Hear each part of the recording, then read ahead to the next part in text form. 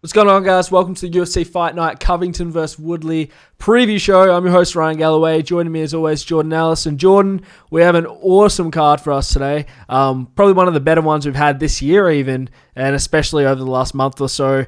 We're about to head off to Fight Island, but before we do, this is the final card in Las Vegas, and it looks to be a good one. What are your thoughts on this card overall? Yeah, I was just looking through now. It's definitely stacked. The main card's really stacked. So it's a brilliant main event. Then you've got a few fights underneath that are really good, and then an undercard that's full of young talent that we'll get to see as well. So it's a great way to just sign off the whole Las Vegas thing. It's been a good little run. We've had some fights where they haven't been great, but UFC have carried on churning them out, and even last week people weren't too happy with that. That main event with Hillen against Waterson, people weren't happy with that one, and it was an absolute, one of the best women's fights of all time. So you never know, and this card has got all the ingredients to be great, and it's just a great way to sign off Las Vegas. Absolutely, and obviously the main event is probably the biggest part of that. A fight we've all wanted to see for a while now. It's meant to happen a couple of years back when Woodley was still champ, but obviously it didn't, and Usman ended up getting the shot and getting the win there. But finally, we get to see Tyron Woodley face Colby Covington, although this time Covington's the first name on the bill there, the A side. So, this fight is... I would say it's interesting, but I feel like we've seen this fight already twice now with a pressure fighter fighting Woodley, where they're going to come forward, they're going to have a lot of wrestling, like I said, pressure, and they're going to try and look for a takedown. I don't even know if Covington's going to look for a takedown. All I know is he's going to keep coming forward, and he's going to push Woodley on the cage. And the question is the same question we had in the Usman fight and the same question we had in the Gilbert-Burns fight. Can Woodley let go of his hands and land a big shot? And I think it's really likely he can in this, but it was also likely he could in his last two, and he didn't. So it's a hard one for me to break down because I feel like I've already broken it down twice. What are your thoughts on this? I just think, Woodley being the main guy now, it just shows you how times have changed. Woodley's lost his spot. Covington's now, the number one guy, number one contender pretty much, and Woodley's been degenerating really. I think Covington's deserves to be a massive favourite. It'll be interesting to see how he looks after the Usman loss, just because it was a tough fight. He apparently broke his jaw, and it'll be see if he has any type of hesitation moving in. But I can't expect him to win the fight with the volume strikes. I can see him dominating, potentially even getting a finish, or maybe just beating the brakes off Woodley for 25 minutes. But despite how poor, it has been poor. Despite how poor Woodley's look lately, it's hard to fully discount him because he's kind of got that Robbie Lawler thing going on where he's a bit hesitant to throw his shots. But unlike Robbie Lawler, he's got that one-punch knockout power where all he needs is one good shot and his career's back on track. And that's why it's so hard to write Woodley off, because he's never been the most...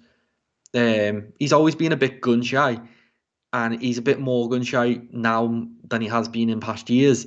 But it's just so hard to count him out. So as long as he's in the fight, he's got a chance with that power he's got. But I do expect Covington to kind of do what Usman's done, what Burns has done, and maybe even go one better and actually get the stoppage. I don't see a stoppage happening in this fight from Covington, to be honest. I don't think his submission game's good enough to get one on the ground, and I just can't see him having the power to put Woodley away with one shot. I'm a big Woodley fan, as you can tell. I wore the shirt today in the honor of the former champion, and I think just because of the animosity between these two, I think he's going to be aggressive. I think he's going to come forward. I hope he's going to come forward. I hope he does. If he goes backwards, he loses this fight. That's the thing. Because when he's going backwards, his only hope is landing that big right hand. If he comes forward and puts the pressure on Colby, then he has more chance to set up his shots, more chance of landing that big right hand. And to be honest, he's probably got more chance of stuffing the takedowns coming forward as opposed to going backwards and being put on the cage. So I think his keys to victory will be to come forward or to land that right hand. I can't see him out-wrestling Covington. I mean, look at what Usman did to him. He just took him down at will and just grinded him out on the ground. You look at Burns. Burns was able to take him down a couple of times, but even when he wasn't taking him down, he was just beating him up on the feet because of the hesitancy to let go of his hands. So if I'm betting with my heart, I'm taking Woodley. If I'm betting with my mind, I'm taking Covington in this one. I don't see Woodley coming forward at all. I don't think we've seen him, come forward and put it on someone in years. Even when he was champion, when he knocked out Dern, he was still backing up to the cage. It's just about landing that one shot, and then he can get his game through. Even when he won the title, he was backing up and then steam forward. So you want them flurries from him. You don't want him to change his game too much. It's just about being on it, and the reason that's why I say Covington might get the stoppage is just because Woodley's lost 10 rounds badly on trot. When he's into round 3 and round 4, and he's on his way to 40 years old, it might just be, get me out of there. At this point, he's and taking these beatings, and they are bad beatings because he's losing every second of every round in the last 2 fights. And if it goes that way against Covington, I can just kind of see him folding, and I think that'll be the end at the top. I think there's much easier fight for Woodley than this. I think he probably should have took a step or two down, but he's a champion. He wants to be a champion again, and beating Covington, if he's able to just crack Covington with one shot, I think he's back in the mix. He's the number one contender. You could see him, back in there with Woodley or Burns or whoever. Or it would probably be Edwards, because I don't think anyone wants to see them fight yet. But he's back in the mix, whereas a loss is detrimental, really. Yeah, I agree. I think the loss is pretty much call it a day, right? If you lose this one, you're going to end up being a stepping stone for more guys, which is lucky to get this fight, to be honest. After losing to Burns, they could have easily thrown him down there against, I don't know, the Jeff Neals or the Neil Magnies, but they gave him. This is a good fight for both guys. Obviously, there's a lot of background to it, but like you said, I think that if he does get this win here, he'll be one fight away from a title shot. If they don't just give him a title shot, who knows? Maybe they just decide we'll give him a rematch. Especially if Burns wins, maybe they want a fresh challenger for Burns. And there's no one really around the title shot area. Edwards isn't one. Edwards needs another fight, let's be honest. Edwards isn't getting a title shot. Regardless of who wins this title fight between Burns and Usman, Edwards is not getting the next shot. Masvidal's around there. But yeah, I think whoever it is that wins this fight, Colby or Woodley, will realistically have to fight a Masvidal or an Edwards to get a title shot. And yeah, this is definitely a win, a must-win fight for Woodley, whereas Colby loses this one, they'll probably put him against Wonderboy, something like that. They'll give him another top guy. Whereas if Woodley loses this one, that's 3 top guys in a row. See you later. Yeah, and the thing about Covington, a rematch against Usman is very sellable. It was one of the best fights of last year. And a fight against Burns is very sellable. So I could actually see him getting the next shot if he wins. Whereas, Woodley he's going to have to win at least one more, or he's going to have to hope that someone else becomes champion before he gets a shot, because how do you sell a fight against Usman or Burns? Because neither of them were really fun fights either. It was just someone getting a beating and you getting dominated, really. So, and it's also interesting from the Leon Edwards point of view is that Covington has chose to fight Woodley, who's on a terrible losing streak right now, rather than fight Edwards. No one really wants Edwards, and I don't think it's because he's super, he's too talented and people avoid him. I just think people aren't interested and the American fighters seem to think that Edwards has no value to them. So Edwards is going to have to go out there and earn everything he gets. No one's going to give him, and he needs another win. I hope he fights Wonderboy next. I think that's a great fight, and I think that would be enough to get him a title shot. So it's an interesting time at welterweight, and this is a very interesting fight because there's so much on the line. Because although it's detrimental for Woodley's career as a whole, Covington can't be losing this fight because Usman and Burns have dealt with him so easily. So if Covington doesn't deal with Woodley in a similar fashion, what's his position in the division? It's not good. So it's a huge fight. Yeah, no, I couldn't agree more with that. But obviously, the co-main event's also in the welterweight division. This one against the number 14 ranked Donald Cerrone, who blows my mind by still being ranked. I had no idea he was still ranked. And Nico Price, who was ranked not too long ago, if I remember correctly, and he lost to LowKick.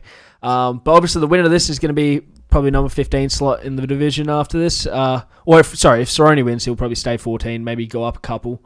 But yeah, not the most influential fight ranking-wise, but definitely an awesome matchup. Both guys like to stand there and bang. Nico Price, been finished before. Cerrone, definitely been finished before. Cerrone more to the end of his career, I'd say. Price, kind of near the start. He's been around a little bit, but he's still got a while to go. I have to take Price in this fight. I just think Cerrone's, in his last few fights, he's just not been the most durable fighter. And Nico Price throws weird stuff at you. He comes full straight forward and he'll land something. If he can't land something, he'll get pull off a submission. And he's a fast starter, whereas I think Cerrone doesn't start too fast. So I see Price getting this done quite early. What are your thoughts? I think it'll be pretty much the opposite. I've got the opposite on both ways, really. I think this is going to be fight of the night. I think you might as well give both of these guys 50k right now because I think this is nailed on. This is what this fight's made to do. I also think that Cerrone, he hasn't looked great, but he's been facing the best of the best. So Gaethje, Ferguson, Conor McGregor, it's hard to, even at his best, even in peak, Cerrone might have got stopped by them in the first round. So I don't want to read into them too much. I've never seen Cerrone lose to a guy of of Price's level. I think there is a couple of levels in this, and he hasn't looked great at welterweight, but I still fancy him to kind of get this one done. I expect it to be a good 3-round war, though. I think both men will be trading shots all the way through. It'll probably be tight, but I expect Cerrone to peel off. But at the same time, as you said, Cerrone does seem to be coming towards the end, and if Price can just catch up to him and land one of his heavy or unorthodox strikes, he can get it done. And for him, it's a huge opportunity because so far he hasn't been able to prove himself at this level, and beating Cerrone would be a huge win, the biggest of his career. So it's a massive opportunity on a massive stage for Price. So I'm just really looking forward to this fight. But what I think is going to happen, we're going to get a 3-round war, and Cerrone will probably get his hand raised. I hope so. I really do want to see a 3-round war between these two guys because, like I said, both of them are going to want to brawl. Price is really interesting to watch on the feet, where Cerrone is just very technically sound. He's also fun to watch, but for a different reason, I guess. So it's going to be a good fight either way, even if it's a quick finish. But yeah, it's very interesting to see what happens. And like you said, this will really tell us where Cerrone is in his career. If he can still hang with the ranked opponents in the welterweight division, if he should go back to lightweight again and fight through there. Because to be honest, he's had more success in lightweight than he has in welterweight, to be honest. I mean, he fought Ali Quinta and smashed him. And Ali Quinta's a top guy, was a top guy at lightweight. So now to take on someone like Nico Price, who's not even ranked at welterweight, you'd think, like you said, Cowboy can get this one done. But it will be interesting to see. And yeah, looking forward to that one. But before that, we have the fight that people are really speaking about as though it is the co-main event, even though it's not. We have Khamzat Chimaev coming back. Had those 2 fights in the UFC, smashed both people, just dominated, had 2 strikes against him for whatever, how many, 128 or whatever. Against Gerald Meerschaert, who I think people are really looking over in this one. People aren't really taking Meerschaert too seriously, from my perspective, looking on Twitter and whatnot. I can't see Chimaev taking Meerschaert down and dominating him the way he has the other 2 opponents, right? I think for Chimaev to win this one, he has to keep it on the feet. To be honest, he's probably a better striker than Meerschaert. Meerschaert's not the best striker in the division by far. So I think on the feet, Khamzat may be able to outclass him, but on the ground, I just can't. I see Meerschaert catching a submission every time. What are your thoughts? Yeah, I think this fight is purposely built, for Chimaev to show off his striking. I think the UFC want him to win this on the feet. I don't think, and that explains his next matchup against Mayer as well. They want to showcase his striking. They think it's there. And in first things there, it's just great to see Chimaev back. I think he's the most exciting prospect in MMA, bar none. I like the way he's fighting as much as possible. Although it is a bit disrespectful to Meerschaert right now to be looking at that Damian Maia fight, it's also just a sign of how good Chimaev is and how game he is. I like the way he's going between 2 divisions. I think welterweight's probably best for him. Meerschaert's a live threat just because, as you said, he's going to be tough to take down. He's got submissions, and he's a big guy, and he's definitely better than John Phillips and Rhys McKee in terms of opponents and matchup here. But it's hard to look past Chimaev. He's so on it right now. I don't want to discredit Meerschaert. I just think I think Chimaev will get it done. I think it might drag into the 2nd or 3rd round, but I think he'll ultimately get a stoppage in this one. and we're going to see him on the feet, and he's gonna show off that talent, because I believe it's there from the stuff I've seen. He's got good hands and feet as well, so hopefully we get to see it. To be honest, I disagree with you a little bit. I think if Chimaev wins this one by finish, I think it'll come early. I can't see him getting a late finish. I think if he's going to get a finish, he's going to steamroll Meerschaert real quick, either take him down and just beat him up to a TKO, which I really see unlikely, because Meerschaert's such a good grappler. I think he snatches something up if it goes to the ground. But if it's on the feet, I think he can TKO Meerschaert on the feet all day. I think he can probably knock Meerschaert out with one shot. Not that I've seen him strike, but from the clips I did see from his fight days and whatever promotion he was at before, he does have knockout power. And I think Meerschaert's easy to hit. I don't think he's the best striker, like I said before. Where his skills lie are in the grappling. So yeah, if Chimaev's going to get a finish, I see it being early. Otherwise, I see him going the full 3 rounds and winning a decision on the feet.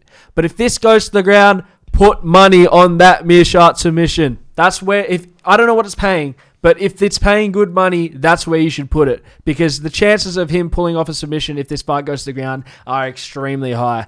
And that's the same as the Damian Maia fight, which I have no idea. If they must know something we don't about Chimaev's striking. Because if his grappling is his best asset, putting him against one of these guys, Meerschaert or Maia, is a terrible idea.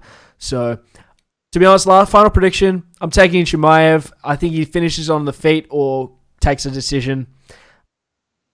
Yeah, that's going to be my bet on that one. What do you think?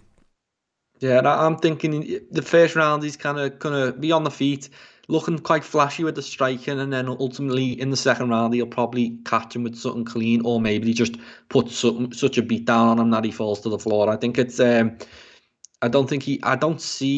haven't seen anyway. Yeah, and we haven't seen anything of it. But from what I've seen, in terms of 1 punch knockout Tyron Woodley type power, I don't think he's got that. But I think he's got clean, technical, flashy strikes, and it's just going to be a bit too much for Meerschaert unless he can drag this fight to the floor. Yeah, I don't think he's got much of a chance.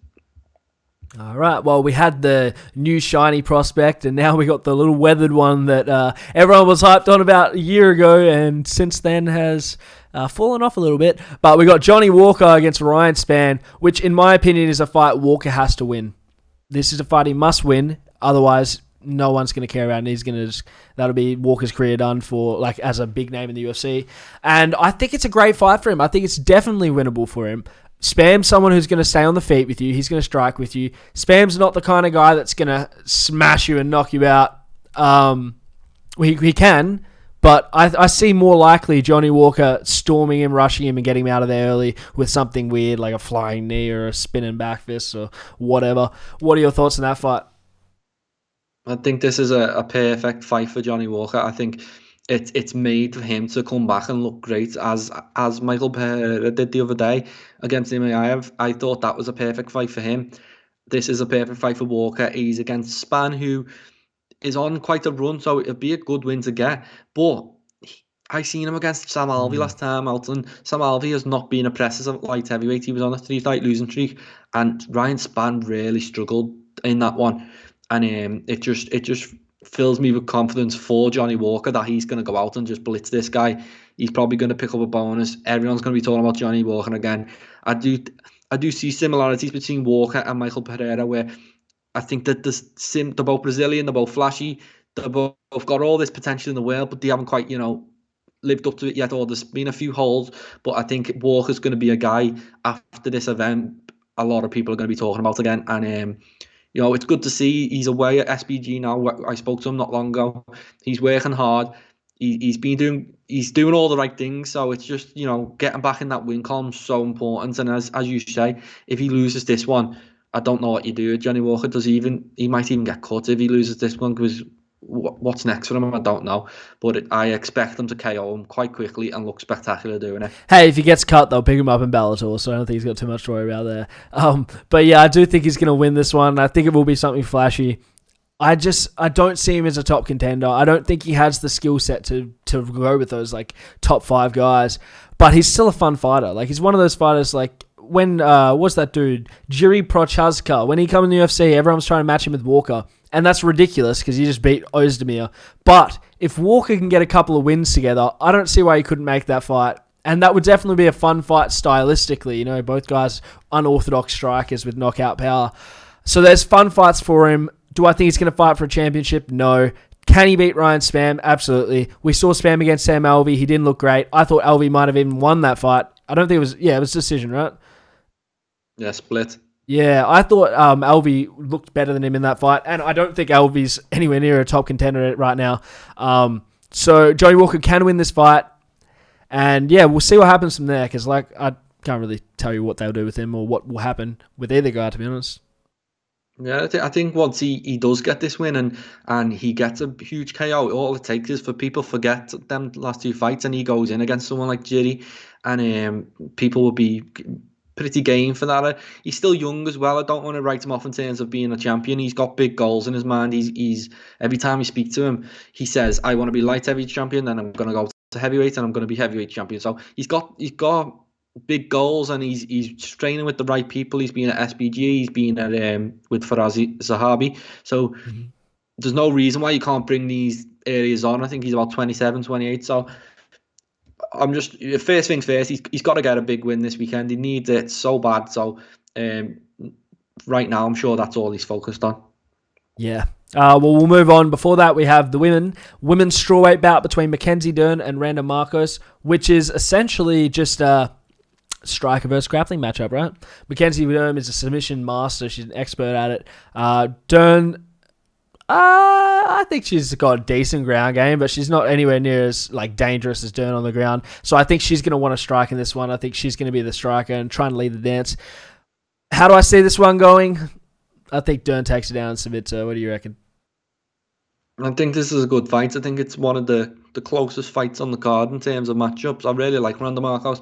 I've been watching her since the tough days, and I've never really seen her lose to anyone who isn't a top contender. So I think Dern, she got that quick submission over Cyphers last time out, but in terms of competition, Cyphers is not top level, and I think Marcos is a couple of levels above that now. So it'll be interesting to see if Dern can keep that momentum going. But I think Marcus I imagine she's the underdog, and I expect it to be a very live underdog, and I expect this to go to decision and her just eke it out. I think we're looking at another really close fight, Roxanne Modafferi, Andrea Lee type fight, where it's going to be close. I don't think it'll necessarily be the most exciting fight, but I think ultimately Marcos might actually pull it off in this one, so I'll be taking a look at them odds as well. Yeah, well, I mean, I think it is quite a close matchup skill-wise as well, because you look at both of them fought... what's that chick's name?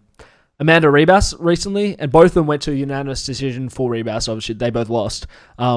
But yeah, they're at that similar point in opponent, right? They both had a similar fight with her and lost, so they're about the same skill level-wise. I think Dern's only got one loss from memory, and it's that fight. And aside from that, she's just submitted everyone or won a decision. So it's hard for me to bet against someone like that when they're just such an ace on the ground, right? So... yeah, I'm going to take Dern in this one. I think she'll submit her, but I'm not counting Marcos out. Anything can happen, right? Yeah, and just Marcos' record is usually decisions. I think submissions, and that was 4 or 5 years ago. So, she keeps developing. I think while Dern has been off, obviously getting a family together and having a baby, things like that. Marcos has been in the gym fighting, staying regular. I think Dern's had about a few minutes of fight time in so many years, so it's I like to pick the guys or girls who are active, fresh. Dern had all that hype, but it's kind of gone away right now. And if she does submit Marcos, it's similar to Johnny Walker, where then the Dern hype train starts rolling again because people were excited about her before she went away. Yeah, I agree. Well, we'll move on to the fight that opens the main card between Kevin Holland and Darren Stewart, and I'll throw it to you first. Yeah, so I did say if you can guarantee Cerrone and Price are going to get the 50k bonus, but if it goes your way and one of them gets a KO finish early, I'd write this for a really fun fight. I think Holland's one of them guys who's he's MMA hardcore. People love him in the MMA community. The hardcores love him because he's always game, he's always fighting, and he's got a really fun style. But I think it's going to be dangerous against Darren Stewart. I think he's going to leave himself open, and I think he might actually get KO'd in this one. Unless you're taking Stewart down and putting him on his back, I don't see how he can avoid that power, and I think Stewart's got enough power to take him out. Well, thankfully for you, Kevin Holland is a fantastic grappler, right? I don't know if you knew his background was from jiu-jitsu. So I reckon, to be honest, he probably does rely on that wrestling a bit here because Darren Stewart's really good at getting in the pocket and smashing someone, right? Landing a big shot. But where we saw him lose, I can't remember who it was too recently, it was that Cage Warriors fight or whatever they did. He got taken down and worked on the ground. And Kevin Holland has the ability to do that. Will he try and stand with him and use his range? Possibly. Can he be KO'd if he does so? Absolutely. But I think if Kevin Holland feels that he's in trouble on the feet, he's going to take him to the ground and work him and find a submission, which might be his route to victory. So we'll see. I'm a bit torn because I think Kevin Holland seems like a guy with a lot of confidence. I think he's going to go out there thinking, I'm the bigger guy. I can outrange him. I can sit on the outside and pick him apart. He's got knockout power. We saw that in his last fight. But yeah, if I'm him, the smartest way to get this done is to take Darren Stewart down. We've seen it's his weakness, but we'll see what happens. Yeah, I as I said, obviously I know he's got that background, but I just don't see him using it. I think he's quite happy. I think he thinks he's a much better striker than Darren Stewart, and he's gonna sit in, he's gonna try and bop in, bop out, he's gonna look flashy. He's always wanting to put a fun fight on. I think that's why people like Holland. He's a fun fighter to watch. Mm-hmm. And yeah, it's gonna take him getting cracked before he shoots for that takedown. And when he's got cracked, it might already be over because Stewart's a heavy hitter. I think it'll be a fun fight while it lasts. Mm-hmm. Ultimately, I see Stewart getting the win, but I can see Holland, doing what you say. Like, he could take him down. Do I think he will? I don't think he will. Yeah, it'll be a fun fight anyway. I'm excited to see that one. And with that rounds out the main card. There's not a lot on the prelims, so I don't know if we want to touch on any of them. Is there any you were interested in? Or not particularly. This is a very top-heavy card. Absolutely. Very top. Like, it's heavy at the top. There's 6 brilliant fights, and then beyond that, you've kind of just got there's not much there. They're all up and comers. So Aaron Rivera, he's quite new. One of the guys from the Contender Series. There's not a lot. It's just about it is a main card, top heavy card. But I'm happy about that because last week was kind of the opposite, and a few times it's been the opposite. So it's good to have. Absolutely. There's not too much news to go through today. Let me just have a look. Obviously, one of the bigger things was the whole Dustin Poirier, Dana White, Tony Ferguson little thing going on there where obviously last time we spoke, we said that Dustin Poirier was out. Now Dana White's saying he's out. Tony Ferguson asked for him to come back in. Dustin Poirier wants back in. There's a little thing going on there. The question I have for you is, do you think Ferguson takes a fight with someone else, or do you think he holds out and says, no, I want to fight Poirier and just Poirier? No, he takes someone else. I think right now there's someone on the table, apparently, to Dana White. I just think he wants to get back in there. Tony Ferguson's an animal. He just wants to fight. He was doing shadow boxing in the hospital when he after Gaethje fight. So I don't think he's got his heart set on fighting Dustin Poirier. I just think it's all about getting back in, getting a win under his belt, and getting back to the contenders stuff. So we've seen Dan Hooker's coach say he fancies that fight, but he probably wouldn't advise his fighter to take. Then we haven't heard anything from Charles Oliveira, so I think one of them two are probably on the table right now, and we'll see Ferguson get announced against someone in the next few days. Yeah, I'm at a different mindset. I think he holds out. I think he says, I don't want anyone but Poirier. Poirier said I don't want anyone but Ferguson. But yeah, I just think, what does a fight against someone like Charles Oliveira do for Ferguson? It's so high risk, so little reward. When you fight someone like Poirier, you're only fighting someone ranking above you, actually. So if you win it, you're the next title challenger. If you lose it, you're not going down too far. If he loses to someone like Charles Oliveira or Dan Hooker, he drops down some serious ranks after that. Not that I think he will. I'm a big Tony Ferguson fan, so I would take him in every fight. But I think it's a lot more risk in taking a fight against one of those guys, especially on short notice. It would be less than 3 weeks if he took it now, wouldn't it? He's ready. He's been in camp. He's training for the fight. I think that's why he's taking it. Tony Ferguson is not like me or you. He doesn't think like that. He's not thinking risk reward. He's thinking I'm a fighter. I want to fight. Whereas Poirier is being a bit more, a bit more like us, where he's wanting that money now. He realizes that I'm getting in 5-round wars all the time. I'm putting on shows. I want $1 million per fight or whatever he wants. And whereas Ferguson, I think he just wants to right that wrong, get his pride back, get back in the win column, and do something like that. And another person we haven't mentioned yet is Paul Felder, who could be in the mix as well, because I haven't heard much from him, and he's still one of the top guys. But I do expect Ferguson to be happy to fight anyone at this point. I think he's an animal, and he's gonna want to do that. Yeah, I agree. And that's why we love Tony Ferguson so much, because he will do shit like that. But there's one last thing in the news that I've got, and then maybe we'll wrap it up after that. Thiago Santos out of his fight against Glover Teixeira on Fight Island. I think it was him that tested positive the last time this fight was booked. I could be wrong, but it may have been him. So this is the second time he's tested positive for COVID-19. Fight's off. They don't know if they're going to rebook it. Do you think the UFC rebooks it, or do you think they go a different route? If they book that other light heavyweight fight 4 or 5 times, I'm sure they'll be happy to book this another time. I think it was Glover last time, okay. Thiago this time. It seems to be a lot of Brazilians seem to get it. It must be bad in Brazil, because I know Johnny Walker said he had it as well. So it's just one of them things. It doesn't seem to be derailing too much. It's better to get this call now. Get something like this now rather than the day before the fight, when they can't really do much to fix it. So it's a shame. They might push it back. They might give Glover a new opponent. But yeah, I think they'll want to book this, because this is pretty much a number one contender fight. I think the winner of this gets a title shot. So they'll be happy to push this back a little bit more.